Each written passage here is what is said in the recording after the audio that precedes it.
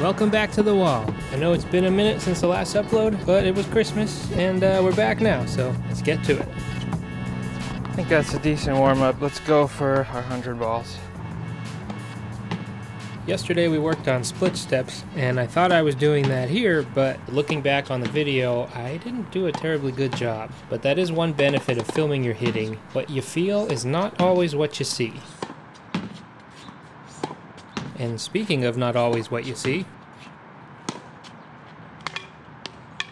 so I think that's the first racket throw in 18 days on the wall, and I'm not proud of it, but I'm leaving it in because I am proud of this.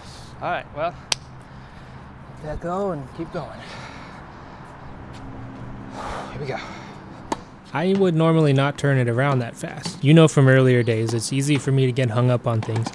But I didn't here. So I want to highlight the mental benefits of 18 days on the wall, because it's not necessarily an improvement that you'll see outwardly, but it is one that you feel inwardly. And I wonder if one's mental strength is also something that your opponent can feel. They might not see it in your strokes, but at 5-all in the third set, if you're solid mentally, they'll feel it too. So I'll keep shouting it from the wall. This is the best tool I've found to train mental strength. Oh yeah, there we go. Made it. All right, forehands.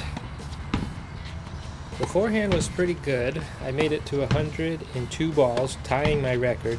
And by the end of these 30 days, I want to try to have a 100-ball rally with just one ball. It's going to be tough, but that's my goal. And I did have better split steps here, so I'm sure that helped. But as far as what my goal is with these 100-ball rallies, I'm just trying to get every ball back. If it hits the wall, it counts. Below the net is fine, as long as you can retrieve it in one bounce. If I have to slice it or dink it, whatever it takes to get the ball back and keep the rally going. And what I've noticed, especially when you're getting up toward 40 and 50 consecutive balls, you start to get tired. You're out of breath and the muscles are burning, but that's the time when I'm best able to find the sweet spot between intensity and control, between the grit and the koa. And when you find that groove, hold it for as long as you can. And interestingly, the more I do this 100-ball drill, the quicker I'm able to find that zone, on the forehand at least. I'm still working to find it on the backhand, but I know it's there, and I know this drill can bring it out.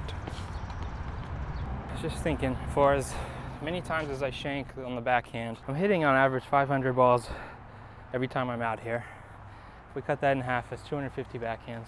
I'll probably favor forehand slightly more. So even if we're generous, that's still 200 backhands, probably a little more. I'm gonna save you 3 minutes of me trying to do math in my head and just get to the point. And that is that the amount of shanks I hit compared to the total number of balls I hit every day, percentage-wise, is very low. So I want to stop that habit of putting so much emphasis on shanks and instead keep my energy focused on the positive.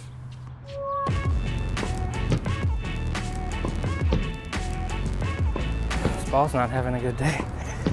Check this out. He's got a mohawk and a goatee. Let's finish off with some alternated hitting, really try to get the feet involved a little bit more. And one thing I have noticed, I don't know if this is just a function of the one-handed backhand, but it seems like my recovery time to the split step is slower on the backhand. The shoulders are a lot more closed, just with the fundamentals of the one-hander, so that might just be a function of that. But I've never noticed that before, and might be something that I need to pay a little more attention to. So keep that in mind as you're hitting. Pay attention to not just if you're split stepping, but is there a difference in the recovery time to the split step from one side to the other. So that's day 18. This video is kind of all over the place, but hopefully some good tidbits in there. Second serve the like button, subscribe, leave a comment if you have any ideas of things I could try out here, and go do some mental training. Find a wall and go play tennis.